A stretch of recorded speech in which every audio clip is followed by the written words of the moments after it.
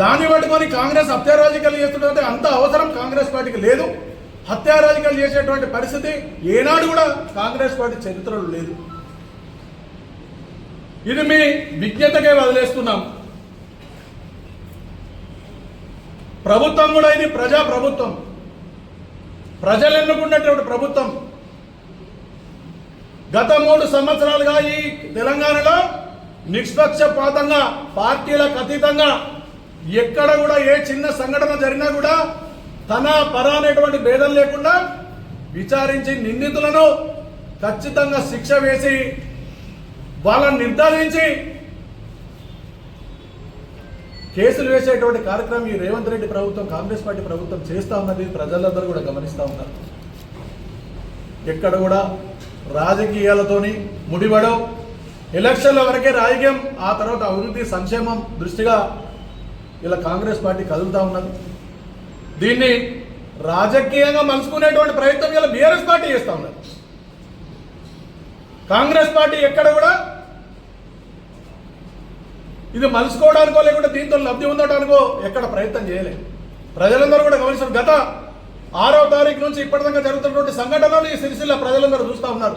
ఏం జరిగింది, అంతకుముందు జరిగినటువంటి పరిస్థితి ఏంది, మృతుడు వీడియో ద్వారా ఏం మాట్లాడిండు, ప్రజావాణిలో కలెక్టర్ గారికి ఎలాంటి కంప్లైంట్ చేసిండు, ఇవన్నీ కూడా పేపర్లో వచ్చినాయి. ప్రజలు చూస్తూ ఉన్నారు. జరిగినటువంటి సంఘటన ఏంటిదని ప్రజలందరూ కూడా చూస్తూ ఉన్నారు.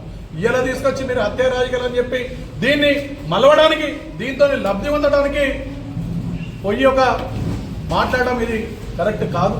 దీన్ని పూర్తిగా మేము ఖండిస్తూ, ఏదైతే మీరు ఆ పిల్లల దగ్గరికి ఈ స్థానిక ఎమ్మెల్యేగా మీరు పోయి మాట్లాడినా దానికి మేము పోయి మీరు మాట్లాడి వారికి ఆర్థిక సాయం చేసారో లేకపోతే పిల్లల్ని ఆదుకుంటా అన్నారో అక్కడి వరకు కరెక్ట్. కానీ రాజకీయంగా మీరు కాంగ్రెస్ పార్టీ మీద రుద్దడం అనేది ఇది కరెక్ట్ కాదు. దీన్ని తీవ్రంగా ఖండిస్తూ, రాజకీయాలు ఈ సిరిసిల్ల నియోజకవర్గంలో చేసింది కాంగ్రెస్ పార్టీ హత్యారాజకీయాలు కాదు. బీఆర్ఎస్ ప్రభుత్వంలో ఇలా నేరేళ్ల సంఘటన ఇక్కడ తెలంగాణ ప్రజలు ఇంకా మర్చిపోలే. మొన్నటికి మొన్న ఆ బాధితుడు మొన్న చనిపోవడం, బీఆర్ఎస్ ప్రభుత్వంలో ఏదైతే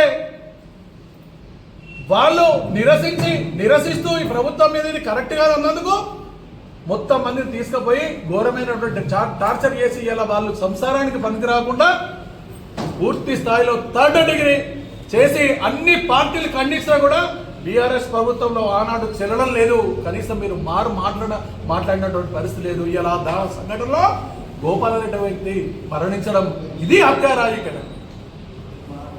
అలాగే కాంగ్రెస్ పార్టీ ఇప్పుడు ప్రజల మీద బడుగు బలహీన వర్గాల కోసం, చేనేత కార్మికులకు చేస్తూ ఉన్నది. కానీ మేము ఎక్కడ కూడా కాంగ్రెస్ పార్టీ నాయకులు కానీ కాంగ్రెస్ పార్టీ కానీ ఎక్కడ కించిత్ తప్పు చేసేటువంటి పరిస్థితి లేరు. మీ ప్రభుత్వం చేసింది. ఇలా సిరిసిల్లలో ల్యాండ్ మాఫియా ఇదంతా చేసింది బీఆర్ఎస్ ప్రభుత్వంలో తప్ప ఇలాంటి కాంగ్రెస్ ప్రభుత్వం వచ్చి 3 సంవత్సరాలు అవుతున్నది. ఎక్కడ కూడా కాంగ్రెస్ కార్యకర్తలు సురక్షితమైనటువంటి క్రమశిక్షణ గల వాళ్ళు ఎక్కడ కూడా తప్పు చేయకుండా కాంగ్రెస్ పార్టీ అభివృద్ధి కార్యక్రమాలను ప్రభుత్వం ప్రజల దగ్గర తీసుకెళ్లి ప్రజలకు అండగా ఉంటూ పేద ప్రజలకు అండగా ఉంటున్నటువంటి చేస్తూ ఉన్నారు.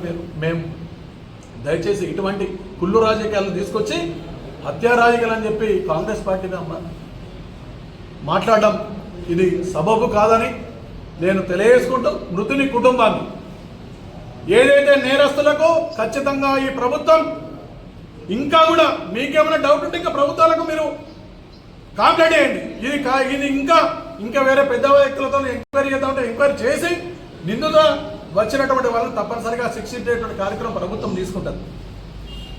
అలాగే మృతుని కుటుంబాన్ని తప్పనిసరిగా ప్రభుత్వ పరంగా ఇలా ఇందిరమ్మ ఇల్లు తప్పనిసరిగా వారికి కేటాయించేటువంటి కార్యక్రమాన్ని చేసి, అలాగే మృతుని యొక్క భార్యకు పెన్షన్ వచ్చేటువంటి కార్యక్రమం, ఒక విద్యుత్ పెన్షన్ ద్వారా వాళ్ళకు ఆదుకునేటువంటి కార్యక్రమం, ఇతరత్ర ప్రభుత్వం ద్వారా ఎన్ని వసతులను ఆ కుటుంబాన్ని ఆదుకునేటువంటి కార్యక్రమం కాంగ్రెస్ పార్టీ పక్షాన, ప్రభుత్వం పక్షాన మేము బాధ్యత తీసుకుంటామని తెలియజేసుకుంటాం. రాజకీయంగా పరంగా ఎలక్షన్స్ వరకే ఉండాలి, అది చేసుకోవాలి. కానీ ఒక విధమైనటువంటి ఒక స్థాయిలో ఉండి ఇది నీకు దిగజారుడు రాజకీయాలు చేసేటువంటి కార్యక్రమాన్ని ఇక్కడ ఇది సబబు కాదని కాంగ్రెస్ పార్టీ పక్షాన దీన్ని తీవ్రంగా ఖండిస్తా ఉంది.